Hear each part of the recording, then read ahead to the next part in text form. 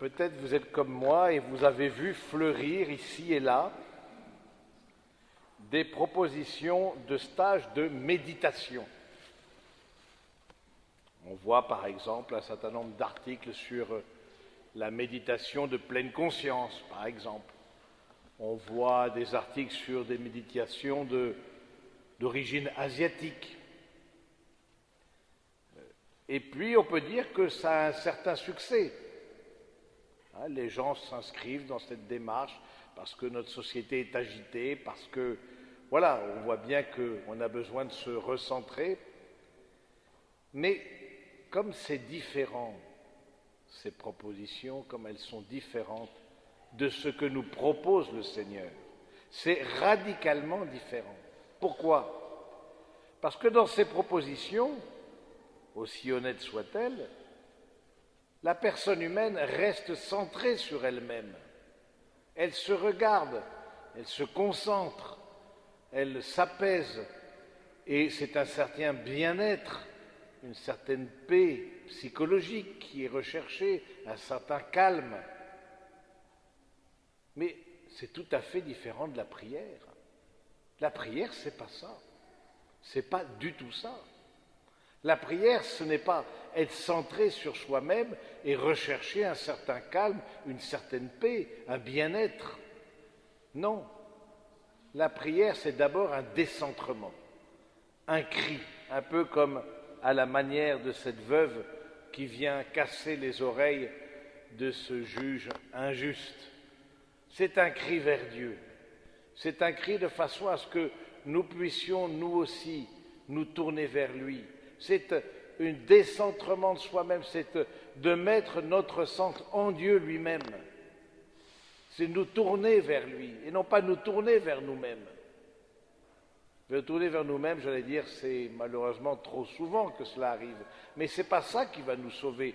De même que contre Amalek, c'était quand Moïse avait les bras levés, et Jésus est le nouveau Moïse, et Josué qui combattait dans la plaine, et Josué, c'est comme Jésus, Dieu sauve, c'est les mêmes racines.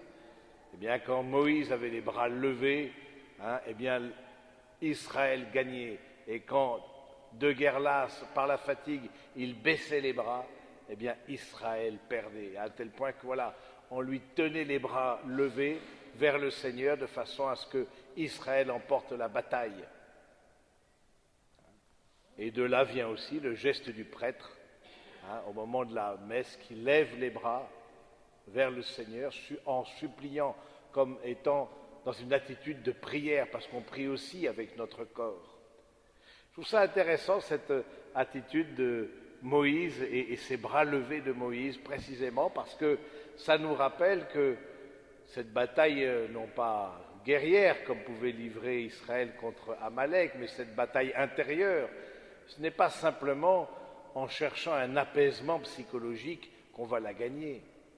Cette bataille intérieure, c'est d'abord un regard tourné vers le Seigneur et singulièrement un regard tourné vers le Seigneur en croix qui aussi a les bras levés vers le ciel et implore pour nous le salut. Oui, frères et sœurs bien-aimés, c'est important de nous rappeler que la prière, c'est ce qui nous permet de nous ajuster à Dieu, parce que on peut ne pas être tout à fait d'accord avec le Seigneur, sans manquer de respect, bien sûr, mais quand on écoute Jésus qui dit « Et Dieu ne ferait pas justice à ses élus qui crient vers lui jour et nuit, les fait-il attendre ?» Je vous le déclare, bien vite, il leur fera justice. Mais nous avons tous l'expérience où nous avons prié et nous n'avons pas été entendus. Nous avons prié de tout notre cœur. Vous savez, nombre de personnes, par exemple, délaissent la foi parce qu'enfants, ils ont prié, mais avec leur corps d'enfant, cette confiance d'enfant pour la guérison d'une grand-mère. Et puis, la nature a opéré dans ce côté inéluctable, la grand-mère est décédée et des personnes, une fois adultes, ils disent « j'ai prié et je n'ai pas été entendu ». Alors, là, on est un peu comme bousculé par le Seigneur. les fait-il attendre? Oui, il nous fait attendre. Mais comprenons bien la parole de Jésus. Hein. Est-ce que Dieu ne ferait pas justice à ses élus? C'est-à-dire, est-ce que Dieu ne nous fait pas progressivement rentrer dans un ajustement à lui? C'est ça la prière. Ce n'est pas pour que nous puissions obtenir comme de façon magique ce que nous demandons, mais nous ajuster progressivement au vouloir divin et découvrir dans les circonstances et les nécessités de notre vie, découvrir que Dieu, oui, est en train d'agir. Alors là, c'est tout à fait différent. Là encore, c'est un renversement, c'est comme une révolution copernicienne, c'est-à-dire que le Seigneur lui-même agit, mais nous ne voyons pas.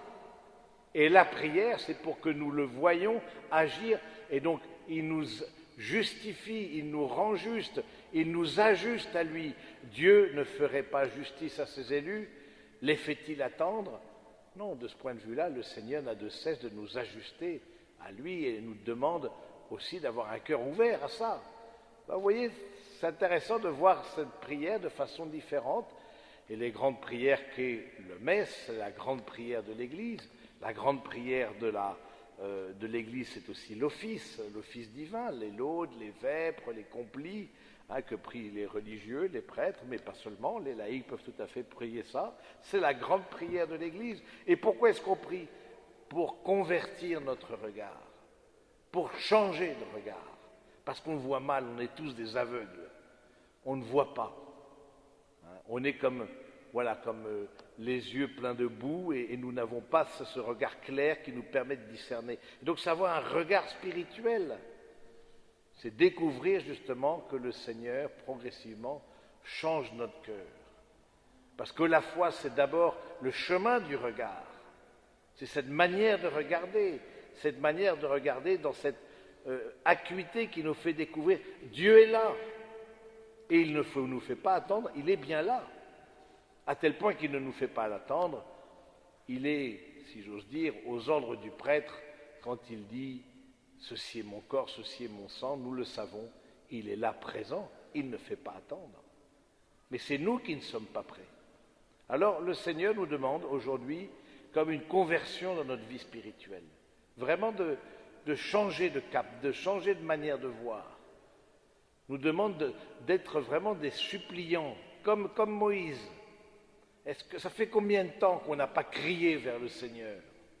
Est-ce que notre prière ne s'est pas un peu embourgeoisée, j'allais dire, un peu somnolente? Et du coup, voilà, bien sûr que là, nous ne sommes pas prêts à découvrir Dieu qui agit. Alors le Seigneur nous demande, comme cette veuve, d'être des suppliants pour les intentions que nous portons. Et c'est important aussi qu'au début de chaque messe, et c'est le sens de la prière collecte que le prêtre dit au début de la messe, collecte dans le sens où il collecte les intentions intérieures que vous portez, vous déposez sur l'autel et il les offre ensuite, les mains levées, il les offre au Père par le Christ dans l'Esprit. Mais c'est important aussi que nous ayons cette attitude de vraiment de dire, voilà, l'homme a besoin, comme dit le curé d'Ars, l'homme est un pauvre qui a besoin de tout demander à Dieu.